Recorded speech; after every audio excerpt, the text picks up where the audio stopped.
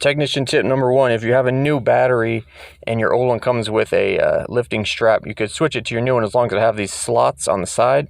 What you want to do is gently lift up the locking tab on the handle.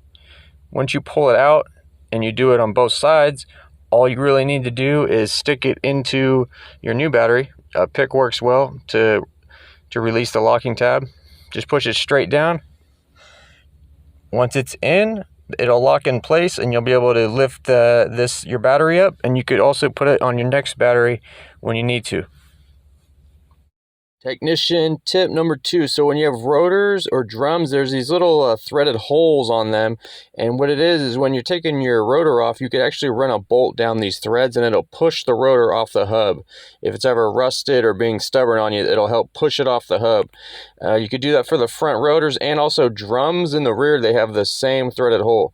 And you just run the bolt down, it'll help push it off. You can work it back and forth and it'll come off.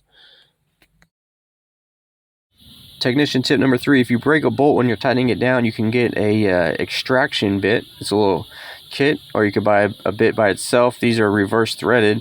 What you do is you drill a hole in the top of the bolt, and then you'll put this in here with your drill and put your drill on reverse, and then it'll pull the broken bolt out. And that's how you get them out, and that's tip number three.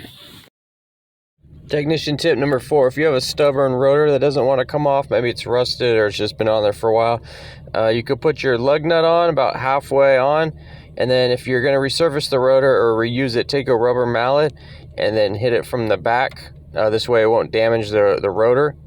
Just give it a few good whacks and it should pop loose, and then the lug nut will make sure it doesn't fly off and get damaged or hurt somebody. You can use a metal hammer if you are going to get rid of the rotor. Technician tip number five, if you got a corroded battery clamp, what you want to do is go ahead and disconnect your battery, both sides, and then we'll pull the battery out. Go and remove your battery. Get yourself a tub of hot boiling water. Careful not to burn yourself. And then dip your corroded clamp into the water. Give it about 1 or 2 minutes in the hot water, and all the corrosion will melt away. You'll have a clean clamp. Technician tip number six, a lot of oil quarts can be used as an oil funnel to fill up your engine. A lot of the quart oils have the same threads as oil caps, especially on a lot of Toyota and Lexus engines. You just could screw it in and then use it as a funnel to pour in your oil.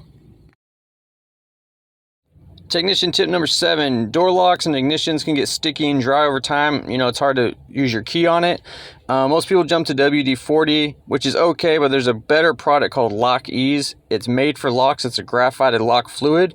Just a little bit in your door lock or your ignition and your key will work as brand new. It only takes a little bit. One can last a long time. You can use this in your house as well on any kind of locks.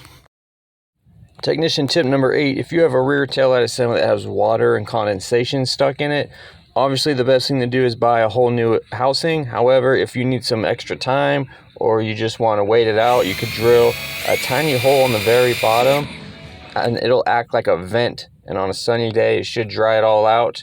Also, if you take the whole thing off and take all your bulbs out, leave it out on a sunny day, kind of in the shade, all the water and condensation will go away. Technician tip 9. So a lot of 90s and 2000 vehicles have these trim panel pieces that are peeling and they don't look good. You can take these off. On this 98 Jeep Cherokee, they're actually pretty easy to remove. Go ahead and pull these off. You could pull the black peeling part off. Use like a razor or a scrub brush to get it all off. Get some Orlac spray paint. This is glossy black. Just go ahead and hit them up. Let them dry. And then when you're done, put them back on the car and it looks almost new.